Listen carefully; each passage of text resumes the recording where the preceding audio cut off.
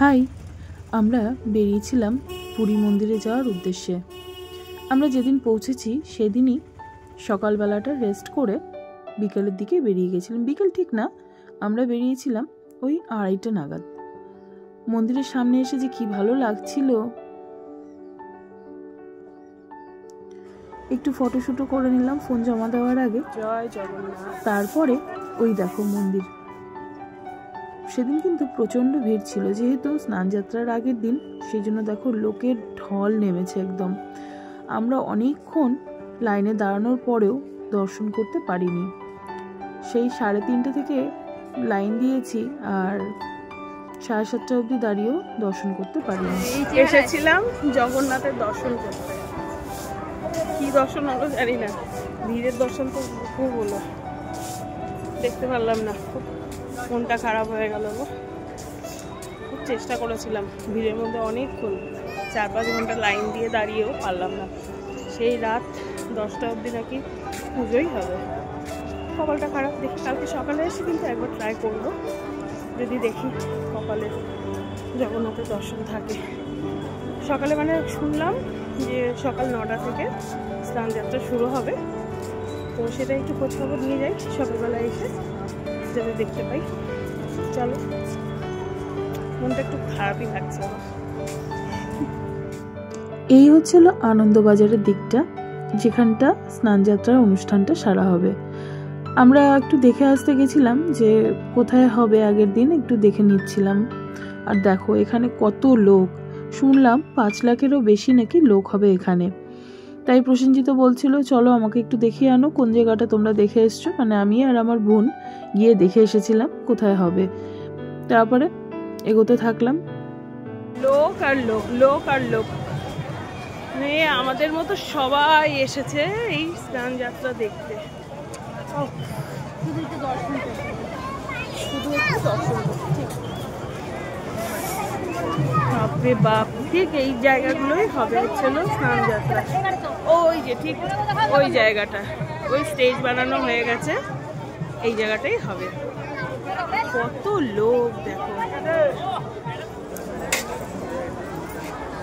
একটা কয়েন দিয়ে দাও। তুই নিয়েছিস?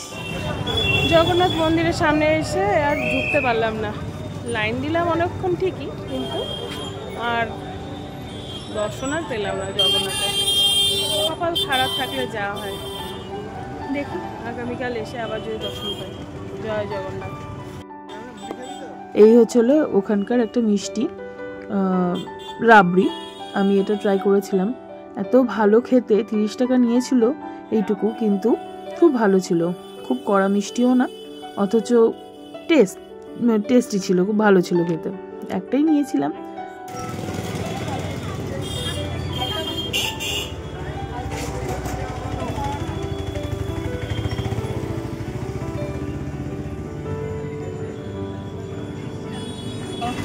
মনটা খারাপ লাগছে না, এত দূর এসেও দর্শন পেলে না? খারাপ লাগছে? দর্শন করলো অনেকক্ষণ দাঁড়ালাম, এখনো পুজো হচ্ছে তো। 10টার সময় নাকি খুলবে।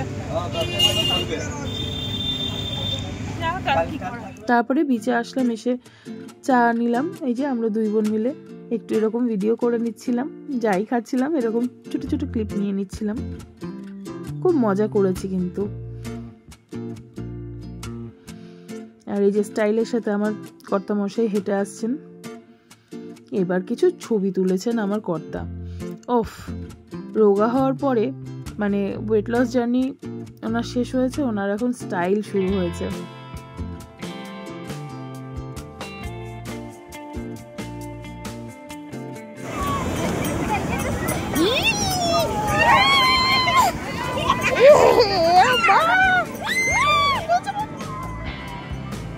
এখানে আমি, আমার বোন আর আমার মেয়ে 3জনেই সমুদ্র দেখে আর লোক সামলাতে পারলাম না, জুতো খুলে প্যান্ট গুটিয়ে ঠিক নেমে গেছি। এত মজা হচ্ছিল, রাতের সমুদ্র এত উত্তাল।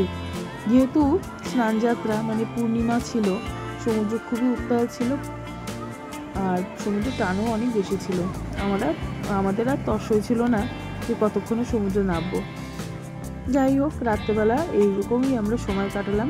তারপরে অনেকটা সময় এখানে কাটিয়ে তারপরে হোটেলের দিকে ফিরে গেছিলাম। আরও নতুন নতুন অনেক ব্লগ আসবে। আজকের ব্লগটা কেমন লাগলো জানিও কিন্তু। টাটা।